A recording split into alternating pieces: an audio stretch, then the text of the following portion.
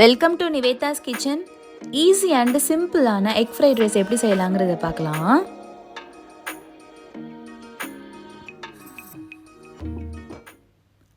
இன்றைக்கி செய்கிறதுக்கு ஃபஸ்ட்டு நம்ம தண்ணியை நல்லா கொதிக்க விட்டுக்கலாம். கொதிக்கிற தண்ணியில் நம்ம அரிசியை வேக வச்சு தனியாக எடுத்து வச்சுக்கோங்க. இப்போ ஒரு பேனில் ஆயில் 2 டேபிள் ஸ்பூன் ஊற்றிக்கலாம். ஆயில் நல்லா சூடானதும் ஒரு வெங்காயத்தை நான் பொடியாக நறுக்கி எடுத்து வச்சுருக்கிறேன். அதே இந்த சமயத்தில் சேர்த்து நல்லா வதக்கி விட்டுக்கோங்க.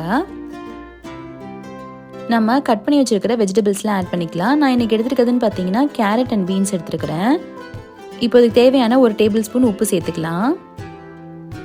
ஒரு 3 பச்சை மிளகாய் கிள்ளி போட்டுக்கோங்க. இப்போ நல்லா வெந்து வரட்டும் காய்கறிங்கெல்லாம். பாருங்கள், நல்லா உப்பு பிடிச்சி வெந்து வந்திருக்குது. மஞ்சள் தூள் 1/4 டீஸ்பூன் சேர்த்துருக்கிறேன்.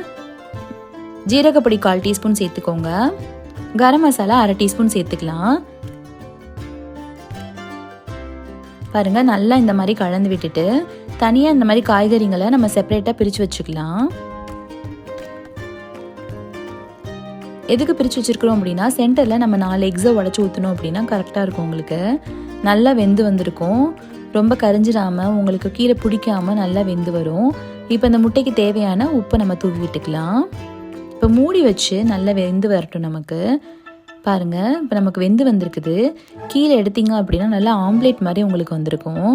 பாருங்கள், நான் எடுத்து காட்டுறேன்.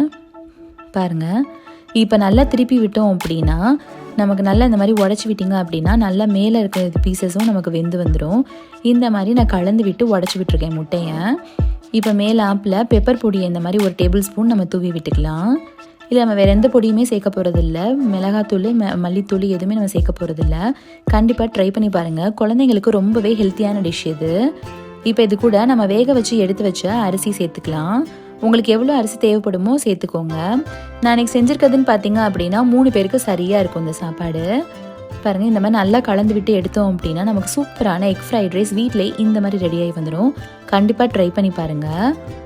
ட்ரை பண்ணி பார்த்துட்டு எப்படி இருக்குன்னு எனக்கு கமெண்ட்டில் சொல்லுங்கள். பாருங்கள், கீழே எதுவுமே பிடிக்காமல் நமக்கு சூப்பராக ரெடியாகி வந்துருச்சு. இந்த வீடியோ பிடிச்சிருந்தாலும் லைக் பண்ணுங்கள், ஷேர் பண்ணுங்கள், சப்ஸ்கிரைப் பண்ணுங்கள். தேங்க்ஸ் ஃபார் வாட்சிங்.